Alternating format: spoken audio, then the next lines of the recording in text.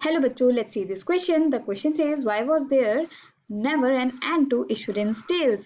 Question में हमसे पूछा जा रहा है कि ईश्वरीन जो स्टोरीज सुनाते थे उनका कभी कोई एंड क्यों नहीं होता था.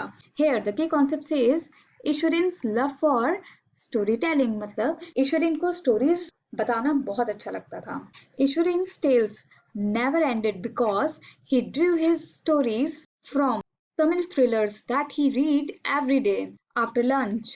These thrillers were imaginative, descriptive, and narrative. The more he would read, the more stories he had to narrate to Mahendra, his master.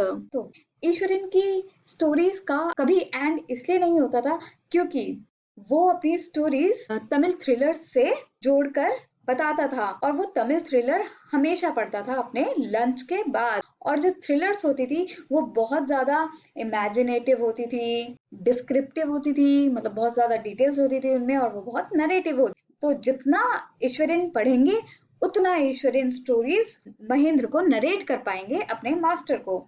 So our final answer to this question is ईश्वरीन की tails कभी भी and नहीं होती थी क्योंकि वो अपनी टेल्स तमिल थ्रिलर्स से निकाल कर बनाते थे और वो थ्रिलर्स हमेशा लंच के बाद पढ़ते थे.